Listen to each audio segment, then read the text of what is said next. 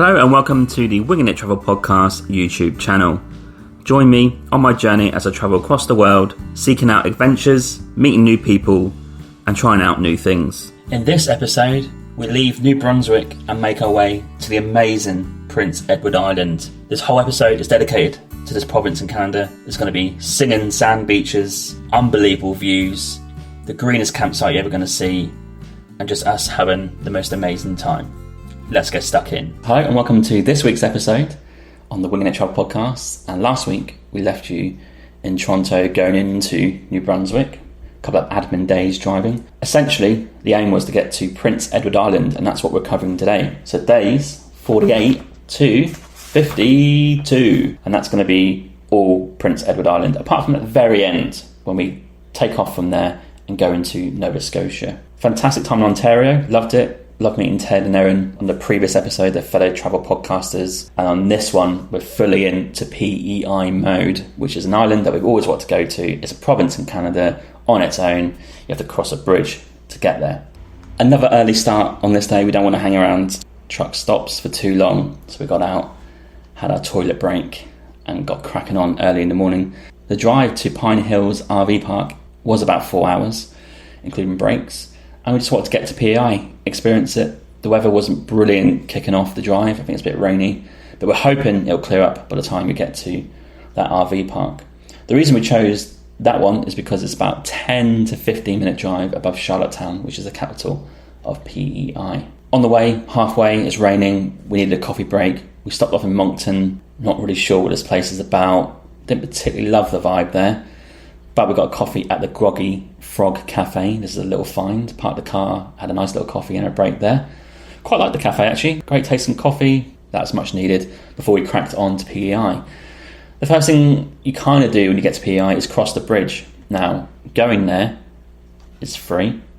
Coming back either via ferry or the bridge, you have to pay $50 before tax to cross the bridge. Yes, $50. It's not a typical toll tax of $4, $50. It's an absolute disgrace.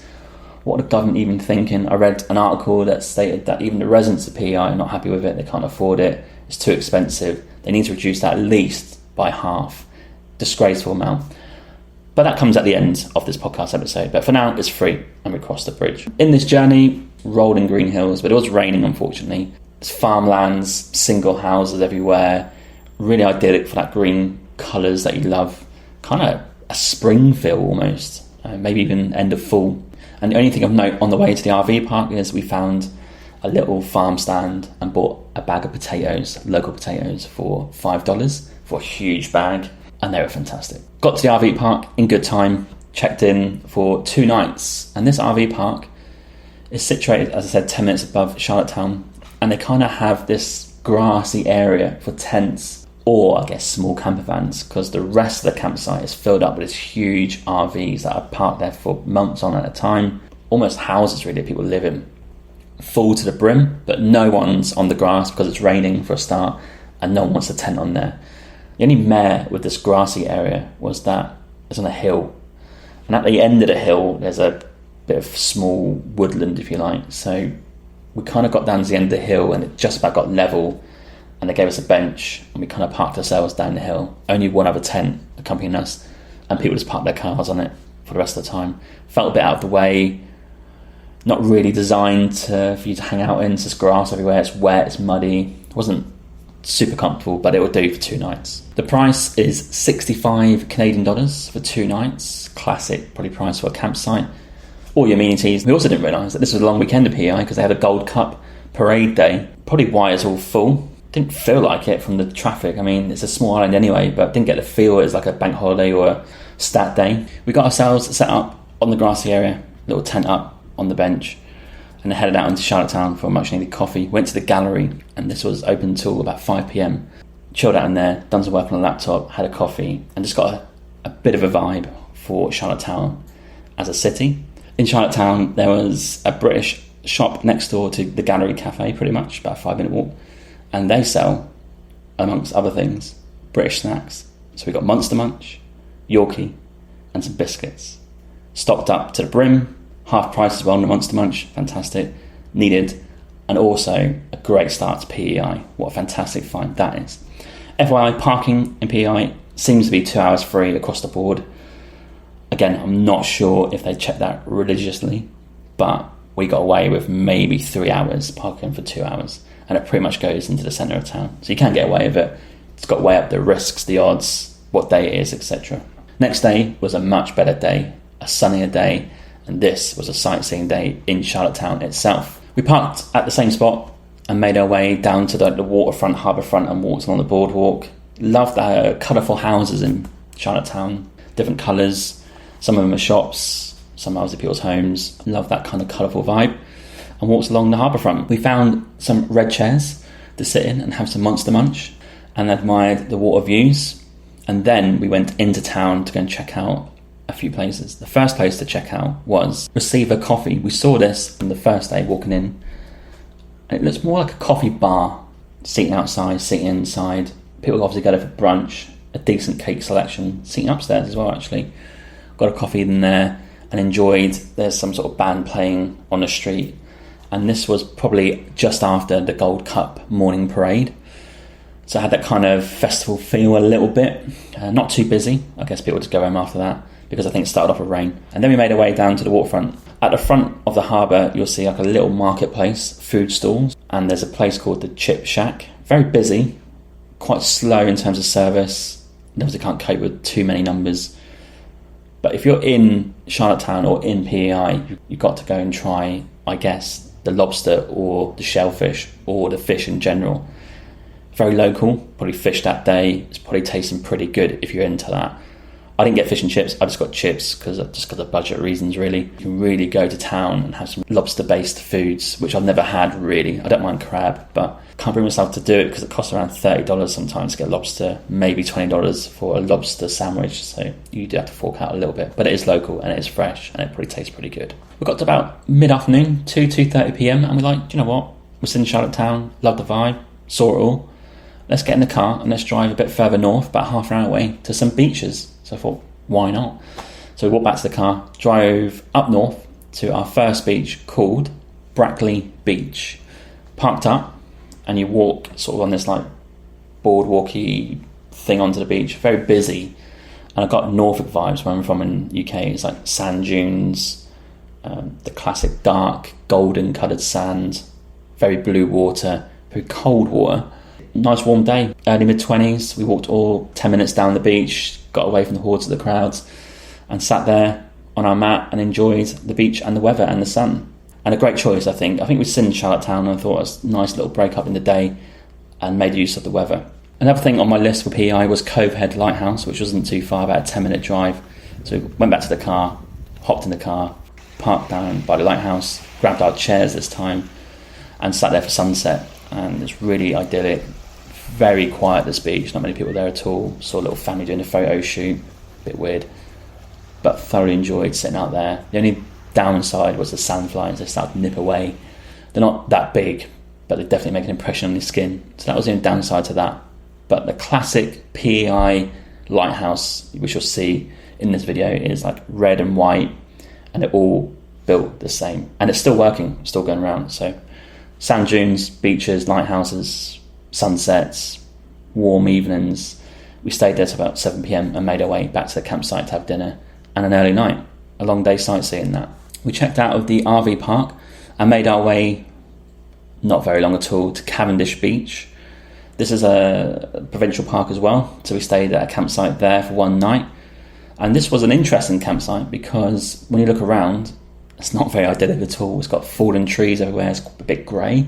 I think they had a tornado last year which kind of ripped through that part of town, and they advised people to leave obviously, and it kind of made a bit of an impression on the campsite. But a very nice campsite. It's a classic around $30 a night mark. We booked a service night this time to get things charged up, but it's got toilets and it's got a little walk to the local beach. But first off, we went to Cavendish Beach. Now the rain was kind of threatening a little bit. Got our chairs. We were planning to have lunch actually, but just kind of sat there a little bit cold in our chairs, bit busy, bit cloudy, same type of beach really as one before. Bit cold, bit rainy, bit cloudy, didn't really get the vibe there, so we hopped back in the car, had some lunch, and then we went back to the campsite where it did clear up a little bit, and in the evening We made our little walk to the local beach for sunset, and amazing colours, amazing little beach, lots of families there from the campsite, easy walk, and thoroughly enjoyed it. What a great little campsite right by the beach. You can't ask for more, really. All the services and by a beach, dream. This is a Patron shout out to Laura from the Swamp Soup Stickers, who has contributed £5 to the podcast on my Patreon. Thank you so much for your support. Really appreciate it, and it helps the podcast to keep going in the future. If you're interested, head to the show notes where you'll find a link to my Patreon. The website address is patreon.com/Winging It Travel Podcast. For £5 English, you will receive some trendy stickers from myself in the post, a shout out on each episode, and also my digital travel planner by email. Thank you for your support. Cavendish Beach was a nice little stopgap for a day before we headed out east on the island, about an hour and a half, towards Red Point Provincial Park. This journey was full of rain. Not a very nice day indeed. So we've got to move on a little bit, but we got to a cafe with a potential view in Souris called the Fiddling Fisherman. It's actually more of a restaurant and brunch place, but we went in there for coffee. Everyone in there was actually eating. We were the only ones having coffee. It's got great views over the water, but on this day, rainy, cloudy, not the best view, but we thought we'd get coffee in before we get to the provincial park. And then we headed to the Red Point Provincial Park, which is a Prince Edward Island provincial park. So it's not a federal-based park. It's actually run by the guys on PEI. And as soon as we arrived, fantastic location on the beach pretty much. Got great views of the ocean. And the girls who work in the office, they were very smiley, want to know where we're from, love the fact we came from BC. I think like the fact that we came from UK based on the accent. Had a little chat, they checked us in. Unfortunately, because of the location, it's actually quite an open spaced campsite, but you are out in the open. And unfortunately for us, because of the rain, kind of hid in our campervan all afternoon with a bit of lunch. In the evening though, it cleared up and we got a little walk on the local beach, which was a really nice little walk and a nice little beach actually. Very idyllic. The price for the campsite is $29 a night, so not bad at all. However, next day and the last day on this podcast episode was an unbelievably sunny day, and the colours of this campsite just shone through. Green grass everywhere, trees, the water was calm, the beach would have been really nice as well, and just picturesque having the van there. The mosquito tent wasn't really needed, but it was there on the table, and just like looking at the campsite from a non-rainy point of view was sensational. So I would highly recommend Red Point Provincial Park as a place to stay. And we just chilled out in the area for some of the morning and then got out onto the island. Now the first place we wanted to go and see, which is about a 5-minute drive from there, is called the Singing Beach. You can park there, and the reason it's called Singing Beach is because when you walk on the sand, it squeaks, a bit like the Whitsundays in Australia as an example. And we were not disappointed in the slightest. We parked up, got our chairs, walked down to the beach, not busy at all, and super calm water, squeaky sand, space galore, not much shade, but real nice sunny day, just idyllic. We hung around there for about an hour, hour and a half, admiring the views, and part of me wishes that we stayed a little bit longer, or the day before was sunny so we could have checked it out. But it is what it is. We'll go there eventually again someday, but that is a high recommendation on PEI Singing Beach. You've got to go there and get your chairs out and enjoy the sun. And the water was calm. I mean, if it was a bit warmer, it might have been okay, but I think it's refreshing. It's not like impossible to go in, but on a real hot day, that'd be super nice to chill out in. On the way, the day before, we saw a little place called St. Peter's Bay, and these guys had like this nice few houses, like colourful houses, classic PEI, red, yellow, green and all that, by the water, with a few cafes and shops. So we said, okay, on the way back the next day, we'll go and stop there for lunch. So we did, at Black and White Cafe Bistro. It's one of the houses, I think it's yellow, this one. Super nice inside, great coffee, an unbelievable cake. I think I had a brownie there, sensational. Great view of the water. The road comes round to the front of the water's here, and then you drive up that way alongside the water, but from the caf, looking that way, water. Amazing view, nice little place to chill out, and maybe like a halfway stop if you're going east, or vice versa if you're going west. Would highly recommend St. Peter's Bay, very picturesque, very nice. Other than that, PEI was done. We're heading to Nova Scotia next, and we're going to head to Port Hawkesby, which is quite a fair drive. We're talking 4 to 5 hours at this point, and we're going to stop at a Walmart for the night. And we got there in good time, parked at Walmart, done a bit of shopping, had a 99 cents pot noodle thing. We have a kettle that we bought, which is travel kettle. It folds down, plugs into our little electric device, and we can board a kettle. I think that's about a litre of water for a cup of tea or coffee in the morning. So we had that in the evening, chilled out. 6 or 7 camper vans there, so we're in good company. You just park at the side or at the back of the car park, and they close at 10, so it gets pretty quiet at night. Very simple, very quiet, and you can use the toilets in Walmart up until they close. We've done that a few times. I think we're going to do a bit more on this trip further on. So we finished the episode entering into our newest and probably our last province of Canada, which is Nova Scotia. And on the next episode, we're going to travel more into Nova Scotia as we check out other places. But for this episode, thanks for tuning in. We're cracking on to east in Canada now. We can't get much further east. And it's great to see the change in landscape, the change in people, the change in everything to do with this road trip. And it's quite crazy when you think about how far we've come. If you notice on my show notes, I at the start put how far we travelled in kilometres. At this point in time, we're approaching 10,000 kilometres, something like that, I'm not sure. So it's a heck of a drive. And of course, we've got to drive all the way back yet. A lot more content to come. Make sure you follow and subscribe onto the podcast today. And thanks for tuning in. Cheers. Please follow and subscribe on my YouTube channel today. And please rate and review the podcast on any podcast platform that you use. Thank you.